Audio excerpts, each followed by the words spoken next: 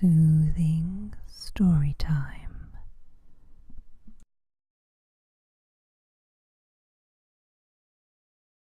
The present. The day was delightful as Zoom walked along to the meeting place. The trees towered up as usual. Yes, sweet. It was the sweetness of forest flowers, hidden somewhere behind the shapes and curves of the trees. The sun bathed the broad earth Zoom walked on, and made Zoom's journey cosy and content. Zoom loved the forest, loved the lake and the orchard, and loved all the creatures within the land Zoom lived in, the old friends and all the new friends yet to appear. The space in the trees opened up to show the meeting place, where the creatures of nature meet to talk and tell stories, to share a meal, and just spend time with each other. Zoom saw a box, a large box by the fire pit. It looked like a present. Perhaps one of them had put it there for a surprise. It wasn't anyone's birthday. Strangely, there were no footprints around it, like the ground had been swept clean around it. Just a box with a big bow. Zoom called out hello, but no one answered. Zoom walked towards the box and around the box. A little tag hung from it. Zoom reached out and read the words on the tag. To the greatest of the six. Zoom thought for a while, thought who could have left it and why, what could be in it, but most of all who would be the greatest of the six. It was not a question Zoom had ever thought about before. Zoom did not know what the answer could or perhaps should be, or if there could ever truly be one greater than the rest. Zoom tapped the box. Zoom sniffed the box. Zoom gently tilted the box, looking for a clue as to what's inside. It may give a clue to what was meant by the greatest, but there was no clue. Abim set out as it was such a sweet day. The others would be bound to come to the meeting place, and Abim wanted to tell everyone about the new trick involving some string and something falling onto someone else's head. Abim had not yet decided whose head to drop something on, or what was to fall, but Abim loved the idea. "Hello, look at this," Zoom said. Abim stopped, then excitedly came up to the present. Whose present is that?" "I don't know." Zoom showed Abim the tag. Abim wanted to be the greatest, but was not sure if the others would agree, so it needed to be proven, Abim thought, proven without any chance whatsoever of being contradicted. Abim must be the greatest, so how to do it? The trick would be the best, or would it? Would it? Did that show cleverness or sneakiness or something else entirely? They didn't even always like the tricks. Do the cleverest trick there had ever been. What was that, though? What could be so clever that all who saw it would say Abim was the greatest of the six? Because usually Zoom was the wise one. Would it be better to make Zoom look bad, or to make oneself look good? Both. Perhaps both. Abim's naughty, scheming mind began to pick ideas. Combine the two, both things at once. That would show the greatest. Could something fall out of a tree onto Zoom's head? Zoom would look silly. The others would laugh as it wasn't them. And Abim would look great. Abim rushed home and spent a long time trying to find the perfect thing to fall out of the tree to Zoom's head. Next, Rai came along to the meeting place. Rai looked nervously at the tag.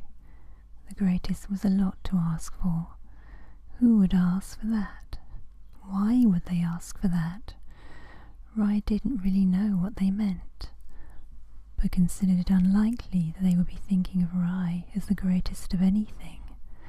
The all right on a good day, perhaps. Rai began to think of all the things the others did better. Zoom was wise. It must be Zoom. Abim was good at ideas. Naughty ideas, but they were ideas. Ket was great, but was Ket the greatest? A good friend, always happy, and Beam was happy too, not always paying attention, and spoke the truth whether anyone wanted to hear it or not. Zenim, what was Zenim good at? Rai felt sad. Zenim never could see what was good.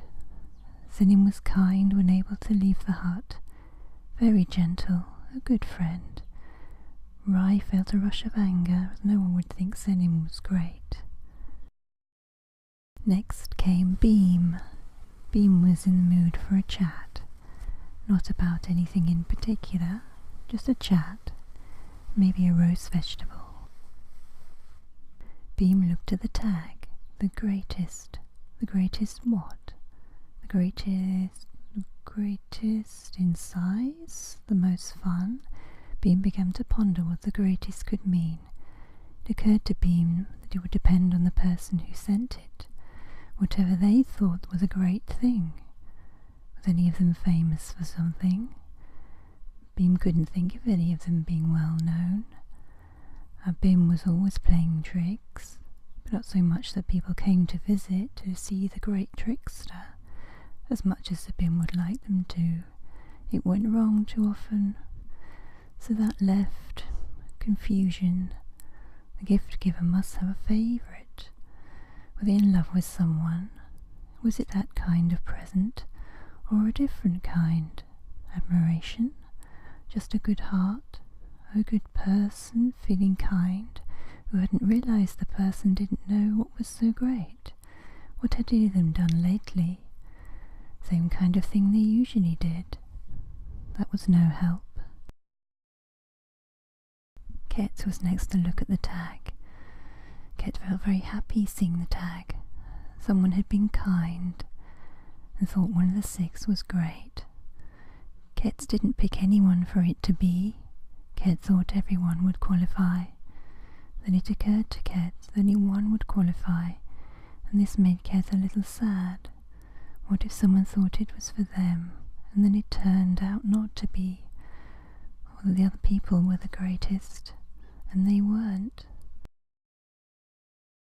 Abim came back to see what was happening, bringing the trick in a bag so no one could see it. Abim didn't want to miss anything or have someone else open the present. Zoom said, "We're all here apart from Zenim. I'd better let Zenim know about the present." Zoom walked to Zenim's hut. Zoom called, and eventually Zenim peered out. After a while, Zoom convinced Zenim to come and see the present. They walked there together. While Zoom was away, Abim caused a distraction. Annoyed with Zoom going to get Zenim, as it couldn't possibly be Zenim. Abim put a twig up a tree to fall on Zoom's head, tied some thin string to it. Zoom came back and showed the present to Zenim. While Zenim was looking at it, Abim pulled the string and a small twig fell and bounced off Zoom's head. Zoom said, "Oh dear. Actually, I'll use that later to help start the fire." No one else noticed. Abim awkwardly moved closer to the present. Zenim looked, but didn't believe the term greatest was going to be anything that anyone would believe was anything to do with Zenim, ever. Zenim felt sad, as if it reinforced just how worthless Zenim felt to be. Zoom stood close to Zenim. "Do you know who it could be from?" Zenim didn't. "Not for me." "It could be. We don't know who it's for or why," Ket said. "If we knew why, then we might know who sent it." Abim was annoyed again. "Why don't I open it? It isn't addressed to any of us. It's going to be me, isn't it? It's not going to be Zenim. It has an equal chance of belonging to all of us. We all have to decide what to do." Oh, so I'm not good enough. You've decided that already, haven't you? I hope it's dung. And the bims dropped away. They all looked at the present. Zenim quietly slid away, hoping that no one would notice. Zoom did notice, so did the others, but they let Zenim go. The four remaining looked at the present. Zoom said, if it's going to cause trouble, and we don't know who it's from, perhaps we should all open it at once. Then it will apply to all of us, or at least find the one it's meant for. Get offer to get Zenim again. Perhaps it'll be better to let Zenim go. I'm not sure. Rai said Abim would be angry, and if we only do what Abim is happy for us to do, our lives are not run by Abim's feelings. It's not up to Abim to decide our every move, whether angry about it or happy about it. That was a very unkind thing for Abim to say to Zenim. Let's open it. The four of them went to the ribbon and pulled.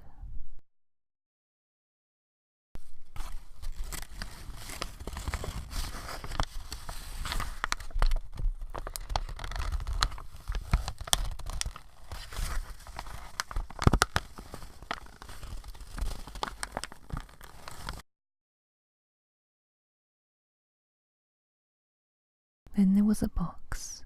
They examined it for a while and then tried to open the top. It came up easily, and all four of them peered inside. It contained a plant. Zoom reached in and lifted it out. What kind of plant is it? Rai said. I'm not sure, Zoom said. Anyone know? None of them did. The four stared at it. Well, perhaps we should plant it. What do you think? The others didn't know what else to do with it. Rai said somewhere special, in case whoever sent it comes and looks. Somewhere special, Beam said, and looked around. Ked said, this is where we meet, so it should be here, then we can all enjoy it. Yes, Zoom said, at the edge of the clearing, where it will get the light. We can water it every day. Rai said, or should it be the orchard, or the vegetable patch, or the fields of grain? Here we will see it every day. The other places are more hidden away. Here is best. So let's pick somewhere. They moved around. There is a gap here, Ked said. That would be perfect. They dug a hole and planted the gift. Zoom fetched some water. They looked at it. It is a nice gift, Ked said. Zenim peered out of the trees. What was in it? Here, this plant. Zenim came to look. Who was it for? We still don't know. Zenim spent a long time looking at the plant. Abim came along. You opened it? Who decided you were the greatest? We opened it together. I should have opened it. What have you done with the present? We planted it here. Is that it? Yes. It's nice, Ked said. It's rubbish, Abim said, and stropped off. Well, that was unexpected, said Beam. Zenim was still staring at it. I don't know who it was for. Whoever the plant was for, it grew happily at the meeting place.